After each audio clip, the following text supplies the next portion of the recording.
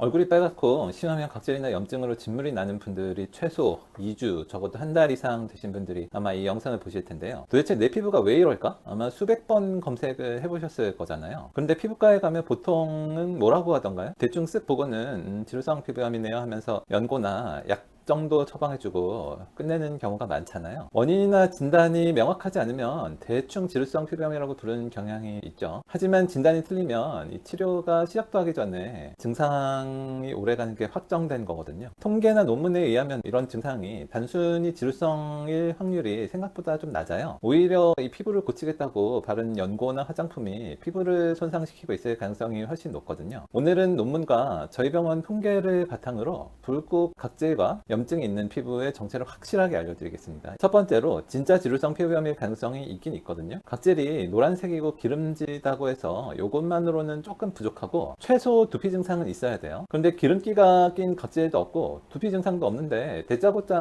너 지루 이러면은 좀 생각해 봐야 된다는 거거든요. 그리고 지루성 피부염은 제가 여러 번 통계를 말씀드렸지만 20, 30대 여성에게는 드문 질환이에요. 그래서 20, 30대 여성분이 지루성 피부염 진단을 받았다 이런 한번 다시 생각해 보시고요. 두 번째로 주사 피부염 입니다. 많은 곳에서 지루성이랑 혼동해서 혹은 섞어서 말씀하시는데 이 두 증상은 확실히 다르거든요. 그리고 붉어진 지 한두 달도 안 됐는데 너 주사 이러면은 생각을 좀 다시 해봐야 된다는 거죠. 만성적인 홍조가 있는데 원인을 잘 모르는 증상을 주사라고 하기 때문에 사실 명확한 원인을 알 수 있으면은 주사가 아니거든요. 그런데 보통 원인 진단을 하는 거를 부실하게 하잖아요. 레이저 하기 바쁜데 문진을 5분 10분씩 해주는 병원이 없잖아요. 세 번째로 상당히 흔한데 대개의 병원에서 많이 놓치는 게 스테로이드 부작용이거든요. 연고나 먹는 약을 사용한 기간이 3개월이 넘어가면은 좀 심각하게 고민을 해봐야 돼요. 지루성인 줄 알고 바른 그 연고가 증상의 원인일 수도 있는 거거든요. 연고를 바르면은 나았다가 끊으면은 심해지는 이런 리바운드를 체감을 할 정도가 되면은 그때쯤에는 이제 환자분들도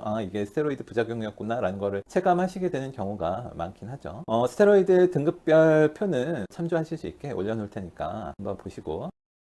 네 번째로 알레르기, 접촉성 피부염이거든요. 최근 48시간 이내에 화장품을 바꿨거나 접촉 물질에 대해서 면역세포가 과민 반응을 보인다라고 하면은 접촉성 피부염을 의심을 해봐야죠. 최근에 특이한 음식을 먹었거나 제품을 바꾸는 이벤트 같은 게 있으면은 알레르기로 인한 증상들을 확인을 해봐야 돼요. 근데 왜 이런 구분이 중요하냐? 사실 피부과에서 대충 약 먹을 거면 그게 중요하지 않죠. 피부과에서 진단을 대충 하는 이유가 어차피 똑같이 스테로이드를 주기 때문에 진단을 아주 신경 써서 할 필요가 없는 거기도 하거든요. 어차피 처방이 똑같으니까. 그런데 이거를 일상관리를 하시겠다고 하면은 차이가 큰 거거든요. 그러니까 접촉성 피부염의 일상관리, 지루성 피부염의 일상관리, 그리고 홍조 주사의 일상관리가 각각 이제 다르다 보니까 내가 병원 가기 싫고 제대로 집에서 관리를 하겠다라고 하면은 이게 정확하게 무슨 증상인지 잘 확인을 할 필요가 있습니다. 이 각 증상 질환별 일상관리에 대해서는 재생 목록을 띄워 놓을 테니까 한번 같이 보시고요. 일상관리로 안 되는 홍조나 각질이 있잖아요. 이런 거는 아무래도 치료를 좀 정확하게 나눠서 해야 되고 저희 병원에서 치료가 필요하신 경우는 고정 댓글을 참조해 주시면 되겠습니다.